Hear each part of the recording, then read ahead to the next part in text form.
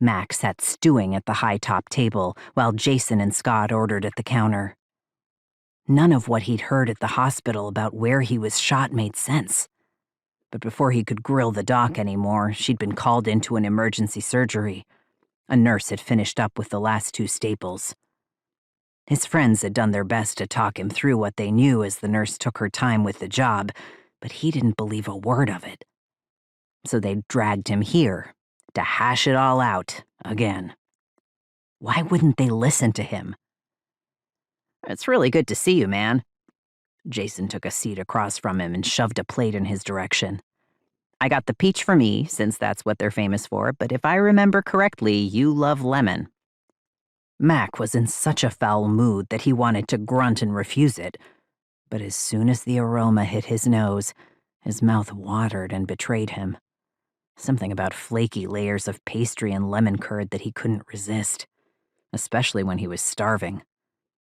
By the time Scott arrived with his order, Mac had scarfed the whole thing down.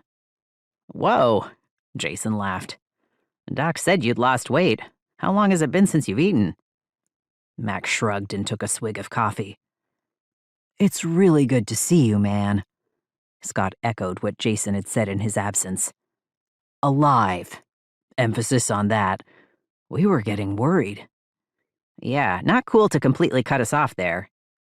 Jason's tone was light, but his face showed his displeasure and his hurt. "What happened to the accountability brothers?"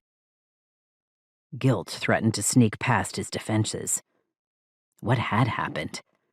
Shifting in his seat, Mac did his best to shove his irritation aside.